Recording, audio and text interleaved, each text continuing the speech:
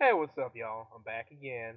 I mean, I know it's been like what, an hour or two, but somebody responded back to me and gave me a suggestion, and I said, you know what, I could do this right now. I mean, I have nothing else better to do right now, so why not?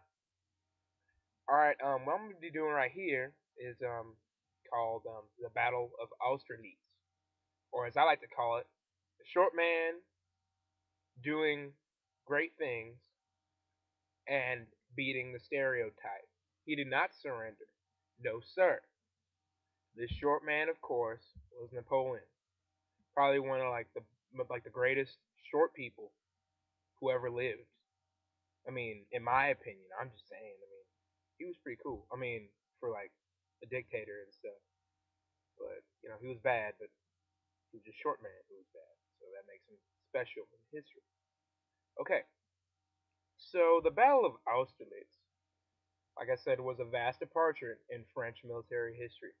Because most of the time in French military history, it's very, very brief. There's a conflict, and then the people who they fight against usually win, or they give up. I'm sorry, but historically speaking, that's just how that works out. I'm sorry, French people. I am very sorry.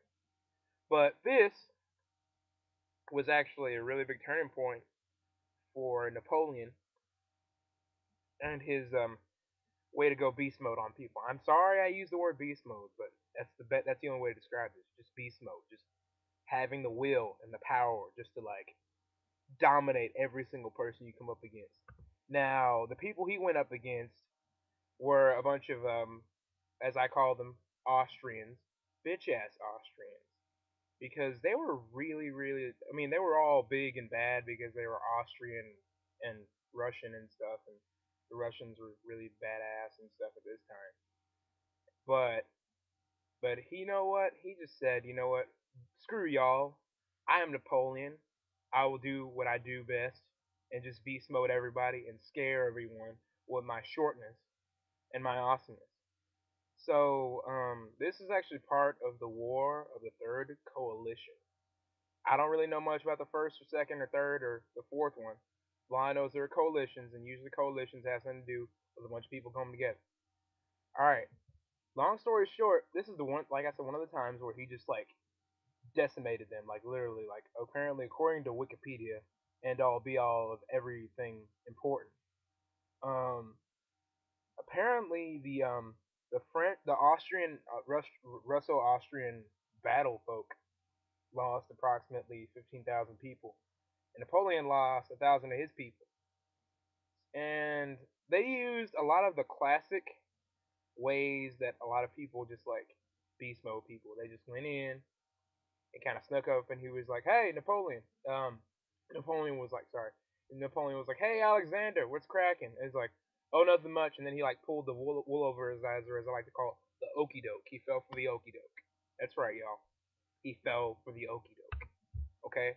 If y'all don't know what the okey doke is, that's where you're distracting him with one thing. He's like, oh, look at this, a distraction. And then he turns around, what? And then he just slaps him upside the face and just mows over them. It's ridiculous, man. Craziness. Straight beast mode on his part.